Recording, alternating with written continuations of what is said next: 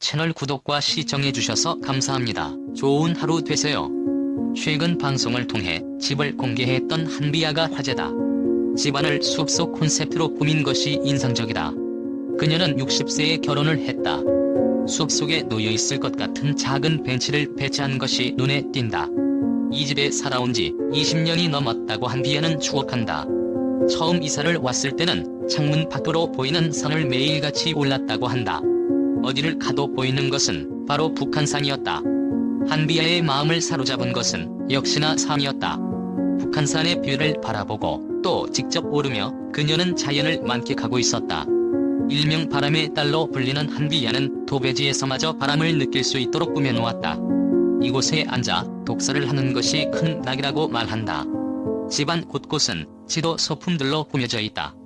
한비아의 남편은 네덜란드인이다. 두 사람은 2002년도에 아프가니스탄 긴급구호 현장에서 만났다. 동료이자 친구로 지내며 서로 간에 신뢰를 쌓아가다가 2014년 연인이 되었다. 그리고 2017년에 결혼식을 올리게 된다. 첫 만남을 가지던 당시에 한비아는 파견 업무에 처음으로 나선 새내기 구호 요원이었다. 한비아는 남편과 더 가까워진 계기에 대해 남편은 까다롭고 엄격한 원칙주의자라 무서웠다. 당시 치안이 위험해 무전기로 15분에 한 번씩 현 위치를 보고해야 했는데 제가 놀다가 그걸 못해서 눈물 쏙 빠지게 혼났다. 우린 너의 보모가 아니다라는 말을 듣고 정신이 번쩍 들었다. 그런데 남편은 기억을 잘 못한다. 제 눈이 반짝였다고만 했다고 말했다. 1년 중에 3개월은 네덜란드에서 지내고 3개월은 한국에서 지내며 나머지 6개월은 따로 지내는 나름의 규칙을 세워 생활하고 있다. 60대의 가정을 이루게 된 뒤 지혜롭게 살아가는 방법을 나름 터득한 것이다. 이에 대해 한비아는 각자의 방식을 찾은 것이다라고 말하기도 했다.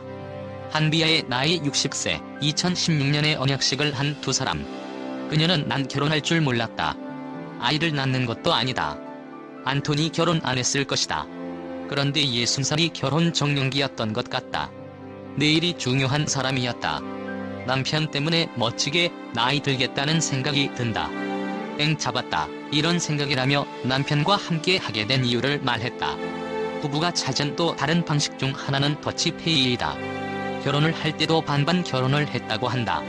경제적인 독립관을 가진 점이 똑같다는 두 사람은 반지만 서로 주고받았다. 남편 안톤의 한복은 한비아의 언니가 식구 대표로 나서서 했다. 그리고 한비아의 한복은 안톤 누나가 해줬다. 그야말로 모든 비용을 50대 50으로 깔끔하게 처리한 것이다. 결혼 생활 중 데이트를 할 때도 더치페이로 진행한다. 공항부터 네덜란드로 갈 때 쓰는 비용과 고지서, 카드 비용 등을 모두 정산해서 반으로 나눈다. 정산 담당자 또한 매번 바뀐다. 아프가니스탄을 중심으로 두고 동쪽에 있는 한국, 아시아에 있을 때는 한비아가 정산 담당을 한다. 서쪽 유럽에 있을 때는 남편이 정산을 하는 방식이다. 한비아는 분리수거장에서 나는 쓰레기 냄새를 못 맡는다는 충격적인 고백을 했다. 그 이유는 2004년 12월에 발생한 인도양 쓰나미 사건 때문이라고 한다.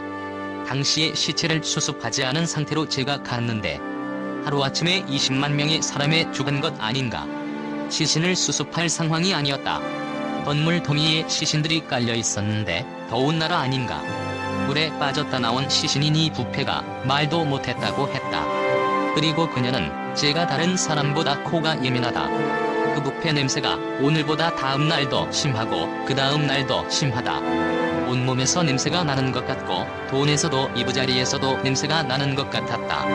하지만 사람이 죽네 사네 하는데 그런 말을 할 수 없었다고 당시를 회상했다.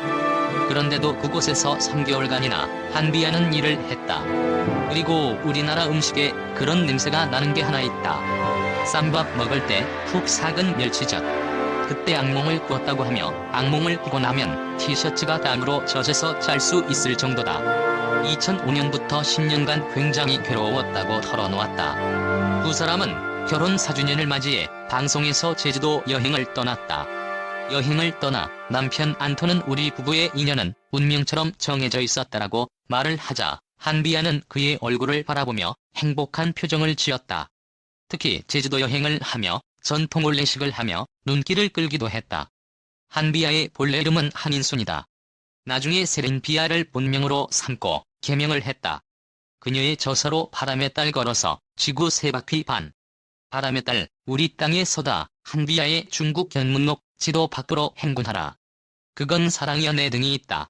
그녀는 35세가 되던 해에 국제 홍보 회사인 버슨, 마스텔라에 사표를 낸다.